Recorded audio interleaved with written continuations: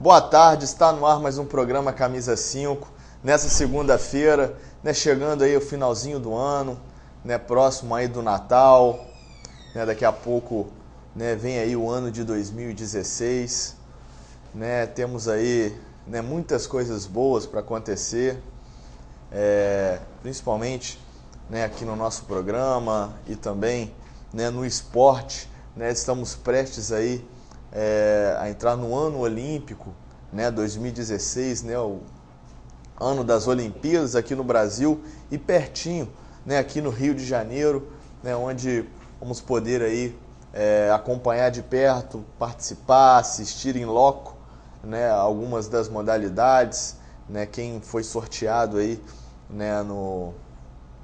para as Olimpíadas e também, quem não foi, vai poder assistir aí pela televisão de pertinho, sentir o clima das Olimpíadas bem de perto, esse clima bacana, que é muito mais do que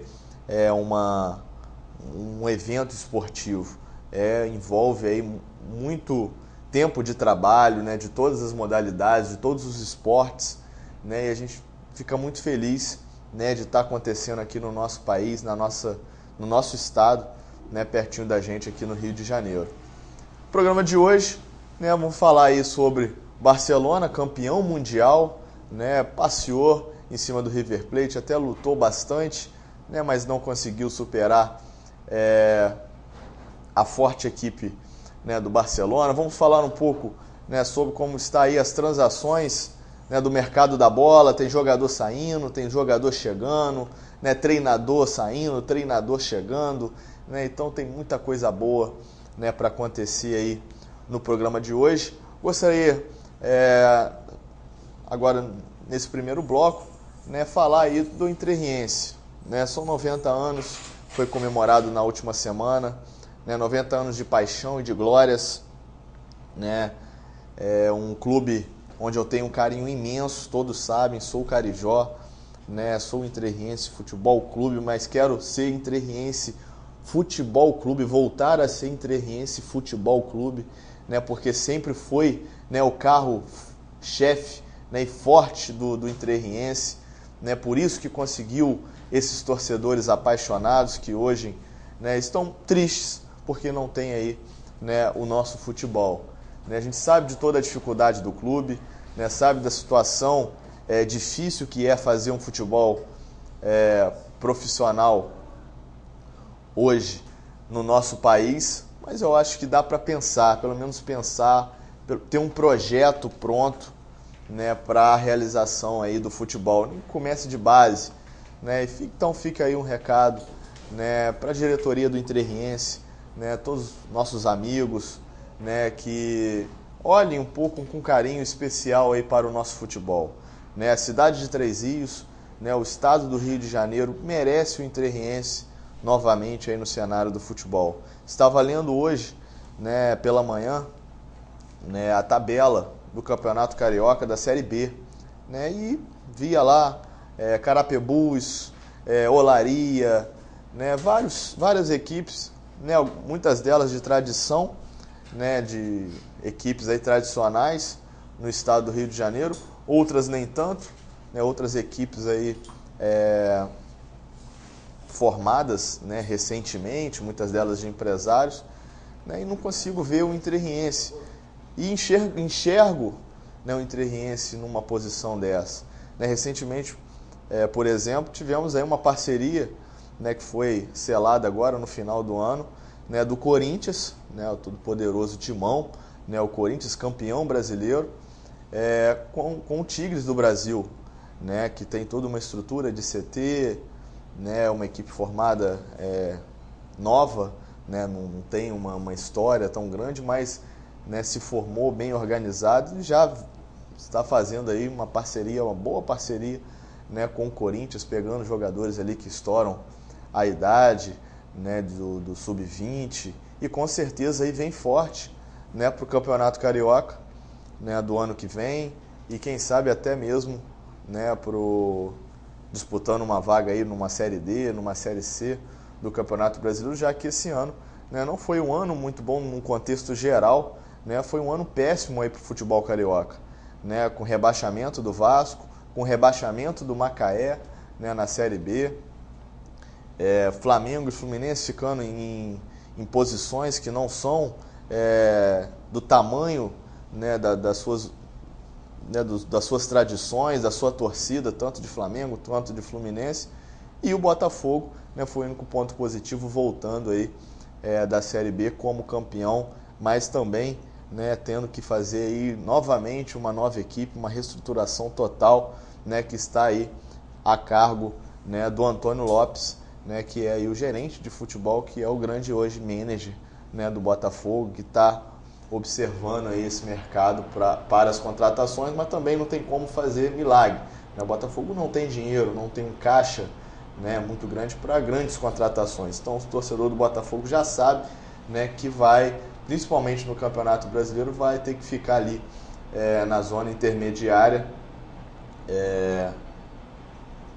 né, tendo que pensar em jogadores que dão um resultado imediato. A gente sabe que isso é muito difícil. Mas nós vamos falar, né, mais sobre o Botafogo, como foi esse ano do Botafogo, né, o planejamento do Botafogo, né, para 2016. Na quarta-feira vamos trazer aqui, né, um representante da torcida organizada do Botafogo aqui de Três Rios e Paraíba do Sul, nosso amigo Fred, né, que vai estar aqui presente, falando aí um pouco sobre o seu Botafogo. Mas já está presente aqui com a gente, né, o nosso companheiro de programa, Nixon. Boa tarde, chegando aí, né, no finalzinho do ano, próximo ao Natal, clima natalino, né, e o mercado da bola agitado. Boa tarde, Juliano, boa tarde a você que nos acompanha. Passou rápido o ano, né, Juliano? Foi um foguete, algumas percas, alguns ganhos, né, mas no contexto geral sobrevivemos, né? O futebol respira por aparelhos, com aparelhos, com aquele gerador de péssima categoria, mas ele está lá sobrevivendo. Você falava aqui, Juliano, sobre os times do interior, sobre a Série B. Entendo eu que o maior culpado por fracasso do campeonato, dos times do interior, do futebol carioca, além dos cartolas, tem a nossa gloriosa federação. A federação, em momento nenhum, fomenta algum tipo de incentivo aos clubes do interior. E arrecada muito bem. Arrecada demais. Entendeu? A federação chega a arrecadar muito mais do que todos os times do interior juntos. Então isso quer dizer o seguinte, que a federação tem condições de ajudar financeiramente, literalmente financeiramente, os clubes, contratando jogadores, né, dando cursos, né, ajudando na construção de CT. Tudo isso é um investimento. Qual é a função da Federação de Futebol? Fomentar o futebol. Não se lucropetar do dinheiro do futebol. Então, Juliano, é uma opinião minha, assim, que muita gente às vezes até concorda com essa opinião, mas é uma coisa muito séria. Muito séria. O futebol carioca, ele está em ponto de entrar em colapso. E culpa da federação e dos cartolas. Lembrando que são os cartolas dos times pequenos que elegem, né, o pessoal da federação. E a federação que elege o pessoal da CBF. Então tem tudo isso. E não pode clubes como Flamengo, Vasco, Botafogo, Fluminense ter o mesmo peso de voto do que, com todo respeito, não respeito não, com todo, né, que São Cristóvão, do que a Liga Terriense, do que o América do Rio, não tem condições, são receitas desproporcionais. A gente está falando aí de federação, né, carioca, né, de futebol do estado do Rio de Janeiro, a federação que entrou em recesso dia 4 de dezembro, né, e só volta dia 6 de janeiro, né, um mês aí de recesso, está pior do que a Câmara do Senado Federal. Futebol não tem mesmo, né? Né? Não tem transação. Não tem que se projetar nada, nada não tem disso. Que fazer um planejamento. Mas vamos aí, e nessa última reunião, né, Nixon, do dia 4 de dezembro, onde definiu, né, a tabela do Campeonato Carioca da Série B, né, lembrando que da Série A já tinha sido definido, né, em novembro, né, bem antes, definiu também o calendário, né, das competições de futebol do estado do Rio de Janeiro para 2016. Vamos lá. Estadual da Série A, né, o Carioquinha, o Cariocão, o Euricão, né, como foi chamado em 2015, de 1º de fevereiro a 8 de maio. Estadual da Série A Sub-20, de 1º de fevereiro e vai até 31 de julho. Estadual da Série B Profissional, começa dia 1º de março e vai até dia 23 de julho. E o estadual da Série B Sub-20 também, né, na mesma data do profissional. Série C de profissionais, fase preliminar, início dia 1º de março, término dia 30 de setembro, né, que é a fase principal, dividida em fase preliminar e fase principal. Estadual da Série C Sub-20, começando dia 1º de setembro, terminando dia 30 de novembro. Estadual Amador da Capital Sub-17, começando dia 1º de maio, terminando dia 24 de setembro. Regional de Ligas Municipais Sub-17, início dia 1º de maio e término dia 31 de julho. E o Estadual de Seleção Municipais de Liga Sub-17, a parte final, né, começando em dia 9 de agosto e terminando dia 30 de novembro, fechando aí o ano, o calendário do futebol da Federação do Estado do Rio de Janeiro. E a gente aqui, mais uma vez, né, e fazem questão de ressaltar o estadual amador da capital Sub-17, mais uma vez esquecendo do interior. O interior não tem muito valor para a federação. A única coisa que o interior serve à federação é para dar voto ao pessoal. E todo mundo vota no Rubinho e seus Blue Caps. Essa máfia que está acabando com o futebol carioca. É o pior resultado. E estou falando de Rubinho porque eu vou remeter... Aqui tem um regional, né, de ligas municipais Sub-17, com início aí de 1º de maio a 31 de julho. Né? Não, a 8 de agosto. Seria o caso, né, da gente procurar saber, né, e hoje nem sei como está a situação aí da liga da nossa cidade, a LDTR, né, acredito que esteja ainda sob direção do nosso amigo, né, Neomar Cândido, Tatão, né. Mas ia ter eleição na liga, né? Ia ter eleição, acabou que não teve, né, pelo menos não tomei conhecimento, né, que teve a eleição, que foi definida em uma nova diretoria. Inclusive até me convidaram para participar, né, de uma diretoria, para ajudar, na verdade nem para participar, mas para ajudar num contexto geral, e a gente está aqui para isso, né, como um programa esportivo e como pessoas que estão envolvidas dentro do esporte, do cenário, né, tanto eu quanto o Nixon, né, Gilmar Borsato, toda a nossa equipe do Canal 5, o André, né, Paulinho, Zanon Moreira, Ronaldo Fernandes, são pessoas que, lógico, que sempre vão estar para colaborar, né, com o esporte, principalmente com o futebol da nossa cidade.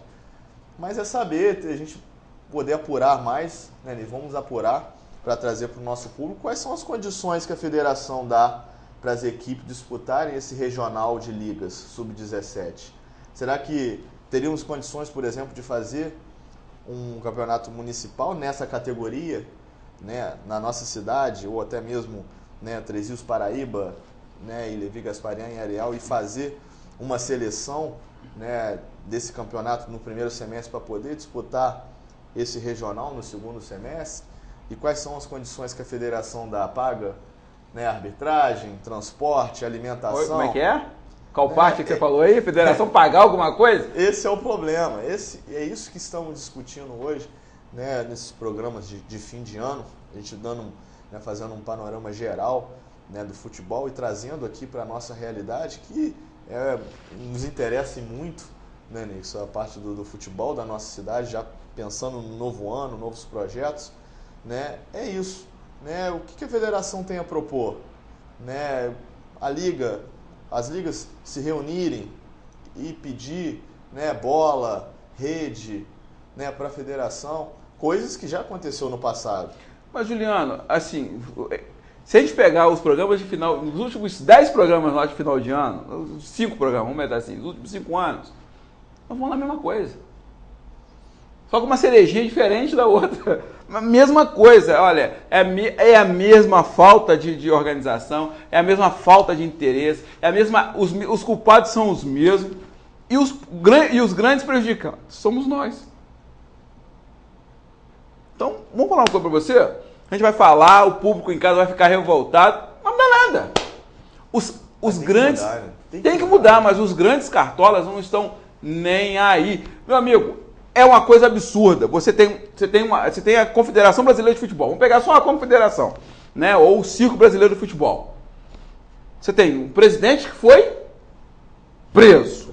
Um antecessor supostamente com problemas de prisão. O antecessor do antecessor, Ricardo Teixeira, pode ir para a cana em qualquer momento. Fugitivo. O grande baluarte foi expulso do COB, foi expulso da FIFA, João Avelange. Teve o nome tirado do estádio de futebol, tudo ligado ao futebol. São 4, e os caras estão tentando ainda convencer, ainda tem gente que defende que os caras não fizeram nada. Futebol brasileiro é um retrocesso, tanto tecnicamente como taticamente. E hoje saindo aí, né, banidos aí do futebol, Platini, né, e o João Avelange, né, por 8 anos. E detalhe, só para você ter o seguinte, o Platini, FIFA, né? O Platini seria o grande cara para ser presidente da FIFA. Então, quando eu falei há uns programas atrás aqui, não sei se você se recorda, o Platini que não é isso não. Não é isso tudo, lembra? Eu falei, tem problema lá com a Rússia, tem com os países pequenos lá. Você lembra que eu falei, não é anjo. E ainda bem que saiu essa punição antes, né? Da eleição da FIFA. Mas aí tem aquele negócio. Porque também, assim, quando a FIFA pune também, você tem que botar o pé atrás. Porque tem o sheik lá que quer comprar, no caso ele quer dominar a FIFA. Porque ele não tem dinheiro, né? Dinheiro quem tem é você e sou eu. O cara, né, limpa nariz com nota de dólar. Então, assim, ele quer dominar a FIFA. Então, a melhor forma também é tirar o Platini. Que tá errado? Tá errado também. Não tô falando que é santo, não. Só que a emenda pode ser pior do que o soneto. Está na hora dos clubes mundiais se verem livres da FIFA. Criar uma nova federação, alguma coisa alternativa. A FIFA é um câncer. Não pode fazer o que fez no Brasil, que fez na África do Sul, o que estão fazendo com a Copa do Mundo lá no Catar é um absurdo, é uma piada. 2022 é uma piada. A Copa na Rússia é uma piada. Você não pode arriscar ter atentados sérios na Rússia em 2018. Coisa séria. Mas tudo bem, né? O futebol é aquela, né? Vida longa aos deuses do futebol, né? É isso aí. Gente, vamos aí ao nosso primeiro intervalo comercial e na volta, né, falando aí do campeão mundial, né, que foi o Barcelona em cima aí do River Plate, né, que passeou, né, lá no estádio de Yokohama, né, no Japão. Voltamos já já.